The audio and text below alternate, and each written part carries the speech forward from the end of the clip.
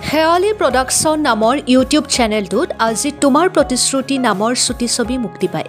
এই চুটি ছবিখনে যথেষ্ট চৰ্চা লাভ কৰিছে। পৰিয়ালকেন্দ্ৰিক বিষয়বস্তুৰ বাবে পৰিচিত প্ৰডাকশ্যনে পুনৰবাৰ এক মৰ্মস্পৰ্শী আখ্যান আগবঢ়াইছে। আৱেগিক বান্ধোন আৰু সম্পৰ্কৰ ভিতৰত প্ৰতিশ্ৰুতি পালনৰ গুৰুত্বৰ বিষয়ে ছবিখনে গভীৰভাৱে আলোচনা কৰিছে।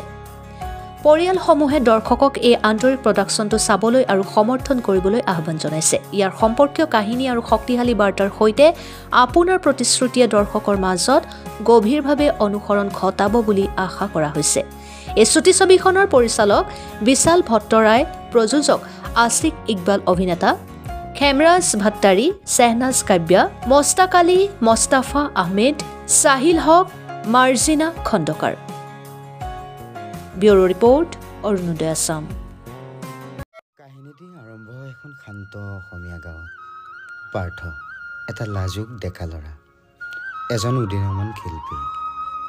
কৃষ্ণচূড়া গছৰ তলত বহি নিজৰ নোটবুকত ছবি আঁকে। তেওঁ প্ৰায়ে নন্দিতা নামৰ এটি হাঁহিৰে ভৰা পুৱতি নিশা পথাৰত গৈ থকা গাভৰুৰ পৰিলেখ আঁকে। নন্দিতাই সদায় এটি মিঠা গীত গায়।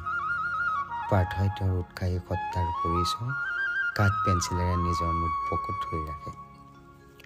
বলকচোন আগবাঢ়ো পাৰ্থ নন্দিতাৰ হাঁহি চকুলেৰে ভৰা বিষাদময় কাহিনীৰ অন্তভাগলৈ।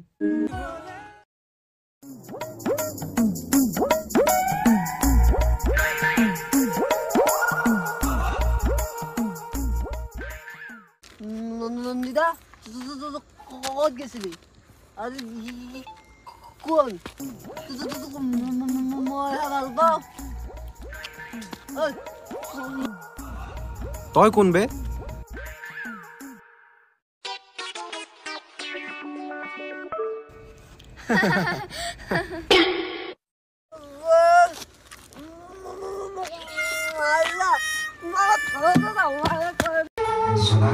সপোন বিচাৰি নন্দিতাই গুৱাহাটীলৈ যায়।